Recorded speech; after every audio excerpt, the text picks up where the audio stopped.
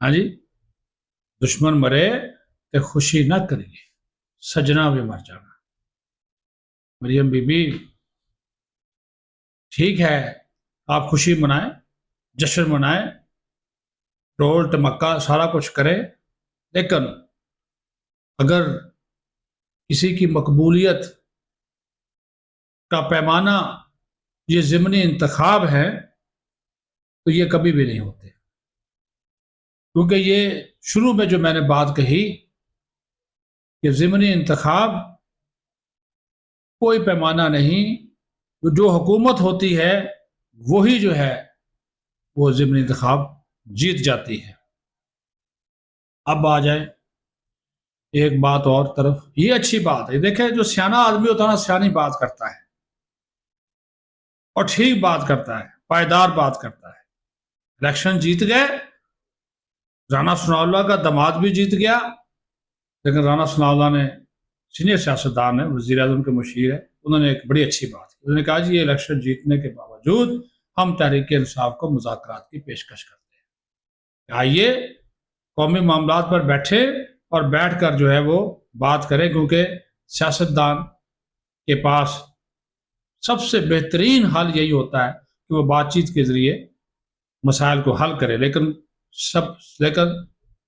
کرنا یہ ہے کہ عمران خان سیاست کرے تو صحیح، پرابلم یہ ہے کہ وہ سیاست کر نہیں رہا، وہ اس طرف آئے تو صحیح، وہ بیٹھے تو صحیح، بات چیت کا دروازہ کھولے تو صحیح، لیکن انہوں نے کہا کہ وہ اس طرف جب آنے کو تیار نہیں ہیں، انہوں نے کہا کہ میں تو وزیر اعظم نے اگست میں کہا تھا مساق جمہوریت، مساق استحکام پاکستان، مساق معیشت، اس کی پیشکش بھی کی گئی تھی، لیکن اس طرف بھی لوگ جو ہے وہ نہیں آئے۔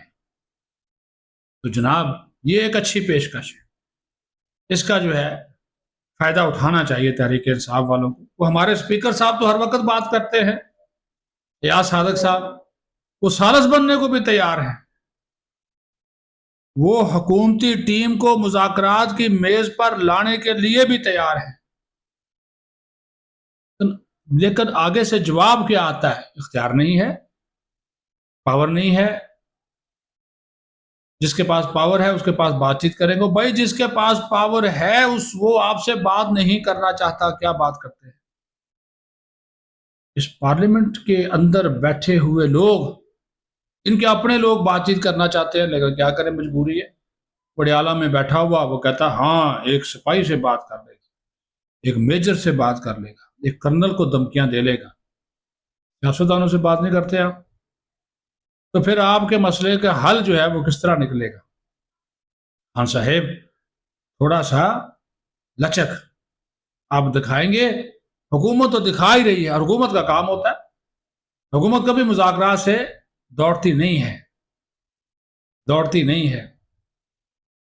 اب انہی انتخابات کے حوالے سے جو بات آئی اس میں ٹرن آؤٹ تو باقی کم رہا، لیکن انہوں نے شکایات کی، دھاندلی کی، بے ضابطگیوں کی، کہ امیدواروں نے مہر لگے بیلٹ پیپر دکھائے، وہ دکھائے ہیں، اس کو بلایا بھی ہے عبد شیر علی، اور طلال چودھری کے بھائی کا تو نوٹیفکیشن ہی روک لیا الیکشن کمیشن آف پاکستان نے۔ بائیکاٹ نہ کرتے، یہ نہیں ہونا چاہیے تھا، لڑیں ہارے جیتے جو بھی، بائیکاٹ نہیں کرنا چاہیے تھا۔ دیکھیے آپ یکسو نہیں ہیں، لاہور میں الیکشن لڑ لیا، آپ کا بندہ لڑا، اس نے مقابلہ کیا، اچھا مقابلہ کیا، باقی پنجاب کی سیٹیں اوپن کر دی، ان کو تو آپ نے واک اوور دے دیا۔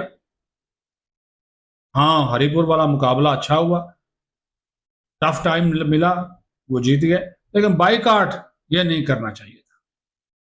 اب آخری بات، یہ جناب 3 روز کا اجتماع جماعت اسلامی کا، اور اس کے آخری روز اعلان کر دیا ہے اب حافظ نعیم الرحمان نے، نظام بدل دو، نظام تحریک ہے، بدل دو نظام تحریک کا اعلان۔ انہوں نے کہا جی اب ہم پورے ملک میں کرنے جا رہے ہیں جلسے، جلوس اور دھرنے، یہ وہ کرنے جا رہے ہیں۔ چلو جی، یہ پاکستان کے لیے کیا اچھا ہے کیا برا ہے، لیکن یہ جلسے جلوسوں کی جو سیاست ہے، دھرنوں کی سیاست، اس سے عوام کو ملتا کیا ہے؟ یا تو کچھ ملے، وہ پھر مذاکرات کرنے بیٹھ جاتے ہیں، پھر وہ حکومت ان کی بات مان لیتی ہے، پھر وہ چل پڑتے ہیں۔ ہر کوئی بندہ جو ہے وہ اپنی اپنی راہ کی تلاش میں ہے، منزل کی طرف کوئی بڑھنا نہیں چاہتا، لیکن راستے جو ہے وہ کہتے ہیں راستوں پہ چلتے جائیں، بس چلتے جائیں، منزل کیا ہے اس کا کوئی پتہ نہیں۔ حافظ نعیم الرحمان صاحب بھی اب نظام بدلنے کے لیے تحریک چلانے کا اعلان کر چکے ہیں۔ مولانا فضل الرحمان بھی اسلام آباد پر چڑھائی کرنا چاہتے ہیں۔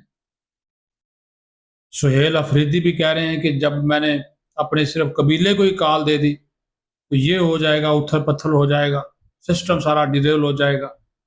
اس طرح کی باتیں ہو رہی ہیں۔ تو بھائی جی یہ نظام ہے، اس کو چلنے دیں، تھوڑا سا ویٹ کر لیں، اور پھر جب نظام چلتا ہے تو بیچ میں بہت سے نظام دین آ جاتے ہیں کہ ہمیں یہ نظام قبول نہیں ہے، نظام ڈلیور نہیں کرتا تو ایک تیسرا نظام دین انٹری مارتا ہے، اور پھر نئے شوشے چھوڑے جاتے ہیں، صدارتی نظام،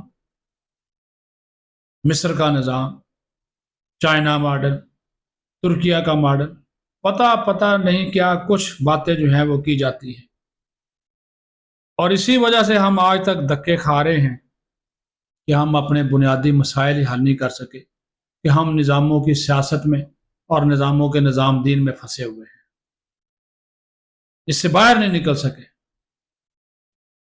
یہ میں نے آج ویلاگ کم اور شاید لیکچر زیادہ دیا ہے، لیکن حقیقت یہ ہے کہ کوئی احتجاج کر لے، کوئی ضمنی انتخاب کے ذریعے خوش ہو جائے، عوام کہاں پہ ہے؟ یہ $1,000,000 سوال ہے۔ عوام اور ان کے مسائل کا حل کہاں ہے؟ ان کو ریلیف کہاں ہے؟ ان کی ترجیحات کہاں ہیں؟ ان کا معیار زندگی بلند کرنے کی باتیں تو بڑی ہوتی ہیں، عمل درآمد کہاں ہے؟ نظر آتا ہے آپ کو؟ اگر آپ کو نظر آئے تو ہمیں بھی لازمی بتائیے گا۔ اپنا خیال رکھیں۔ پاکستان زندہ باد۔